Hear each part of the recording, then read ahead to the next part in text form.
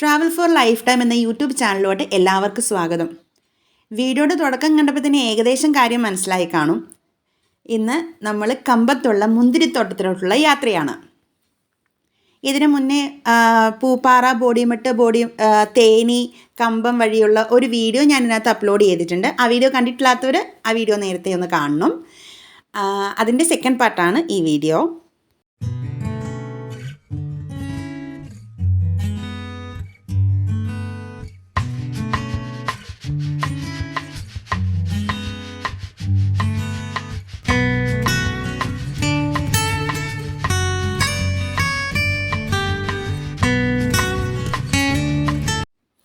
ഈ റോഡിൻ്റെ വലത് സൈഡ് വെച്ച് പിടിപ്പിച്ചേക്കുന്നത് പുളിമരമാണ് കേട്ടോ.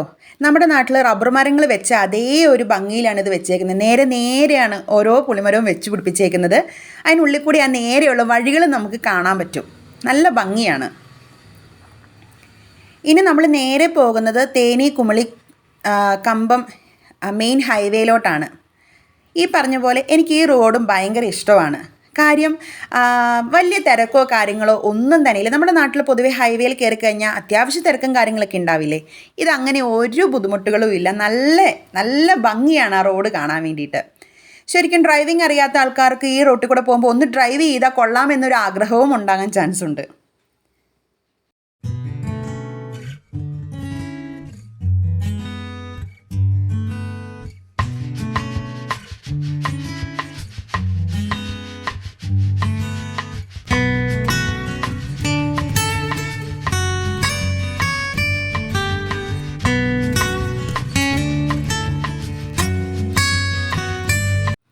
അതുപോലെ എനിക്ക് ഭയങ്കര ഇഷ്ടമാണ് ഈ തമിഴ്നാട്ടുകാരുടെ ബിരിയാണി.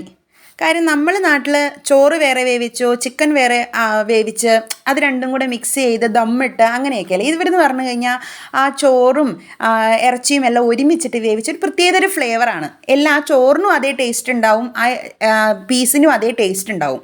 എനിക്ക് ഭയങ്കര ഇഷ്ടമാണ് ഈ തമിഴ്നാട്ടുകാരുടെ ഫുഡ് കഴിക്കാൻ കേട്ടോ. ഇതുവരെയായിട്ടും അങ്ങനെ തമിഴ്നാട്ടിലെ ബിരിയാണി കഴിച്ചിട്ടില്ലാത്ത ആൾക്കാർ ഈ വീഡിയോ കാണുന്നുണ്ടെങ്കിൽ ഒന്നത് ട്രൈ ചെയ്യണം. അത് മസ്റ്റ് ട്രൈ ഐറ്റം തന്നെ. ഇനി നമ്മൾ നേരെ പോകുന്ന മുന്തിരിത്തോട്ടത്തിലോട്ടാട്ടോ. അതിൻ്റെ എൻട്രൻസിൻ്റെ വീഡിയോ എടുക്കണമെന്ന് എനിക്ക് ആഗ്രഹം ഉണ്ടായിരുന്നു. പക്ഷെ ഭയങ്കര തിരക്കായിരുന്നു. അപ്പോൾ അതുകൊണ്ട് വീഡിയോ എടുക്കാൻ പറ്റിയില്ല. നല്ല ആൾക്കാരും ഇതൊക്കെ വന്ന സമയത്ത് നമുക്ക് വീഡിയോ എടുത്തുകൊണ്ട് അതിൽ നടക്കാം. ചെറിയ ഇടവഴി പോലെ കുഞ്ഞു വഴിയാണ്. പിന്നെ അതിൻ്റെ ഇടയ്ക്ക് കൂടെയൊക്കെ കുറേ വേരുകളൊക്കെ അങ്ങോട്ടും ഇങ്ങോട്ടും പോയതുകൊണ്ട് ശരിക്കും ശ്രദ്ധിച്ച് നടന്നില്ല, അത് വീഴാൻ ചാൻസ് കൂടുതലാണ്. പിന്നെ അതുകൊണ്ട് ഞങ്ങൾ എൻട്രൻസിൻ്റെ വീഡിയോ എടുത്തിട്ടുണ്ടായിരുന്നില്ല. ഇതേ നോക്കിയേ, എന്തു ഭംഗിയല്ലേ മുന്തിരി ഇങ്ങനെ കിടക്കുന്നത് കാണാൻ. എൻ്റെ വളരെ നാളത്തെ ആഗ്രഹമായിരുന്നു കേട്ടോ ഒന്ന് മുന്തിരിത്തോട്ടം പോയി കാണണമെന്ന്. ഞങ്ങളവിടെ ചെന്നപ്പോഴത്തേക്ക് 1, 2, 3 തവണത്തെ വിളവെടുപ്പ് കഴിഞ്ഞിട്ടുണ്ടായിരുന്നു. അത് അവിടെ തന്നെ അവർ തൂക്കി വിറ്റ് തരുന്നുണ്ട്. പിന്നെ അതുമാത്രമല്ല അവിടെ തന്നെ അവർ ഈ കാണുന്നൊരു കുഞ്ഞി പെട്ടിക്കട പോലെ കണ്ടോ, അവിടെ നിന്ന് നമുക്ക് ഡയറക്റ്റ് ഫ്രഷായിട്ട് മുന്തിരി ജ്യൂസ് കഴിക്കാം. പിന്നെ അവരുടെ സ്പെഷ്യലായിട്ട് വേറെ എന്തൊക്കെയോ മുന്തിരി കൊണ്ടുള്ള സംഭവങ്ങളൊക്കെ ഉണ്ടായിരുന്നേ. എന്നായാലും എനിക്ക് ഭയങ്കര ഇഷ്ടമായി. നല്ല പൊക്കമുള്ള ആൾക്കാർക്ക് ഇവിടെ വരാൻ കുറച്ച് ബുദ്ധിമുട്ട് കാണും. കാര്യം ചോദിച്ചാൽ ഇതിന് ഇടയ്ക്ക് കൂടെ നടക്കുമ്പോൾ തല തട്ടിയിട്ട് നടക്കാൻ കുറച്ച് ബുദ്ധിമുട്ടുണ്ട്. പറയാൻ മറന്നുപോയി, ഈ വീഡിയോയിൽ കാണുന്നത് ഒന്ന് എൻ്റെ ഹസ്ബൻഡും ഒന്ന് ഹസ്ബൻഡിൻ്റെ ഫ്രണ്ടുമാണ്.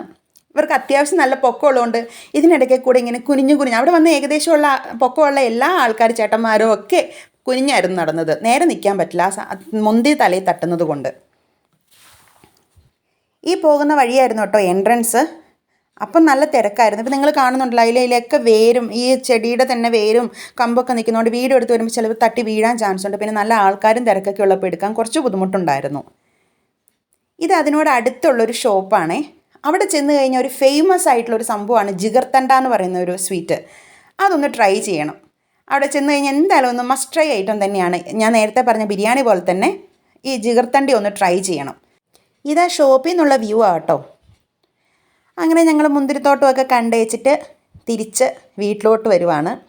അപ്പോൾ ഈ വീഡിയോ എല്ലാവർക്കും ഇഷ്ടപ്പെട്ടു എന്ന് വിശ്വസിക്കുന്നു. ഇഷ്ടപ്പെട്ട എല്ലാവരും ലൈക്ക് ചെയ്യുക, സബ്സ്ക്രൈബ് ചെയ്യുക, കമൻറ്റ് ചെയ്യുക.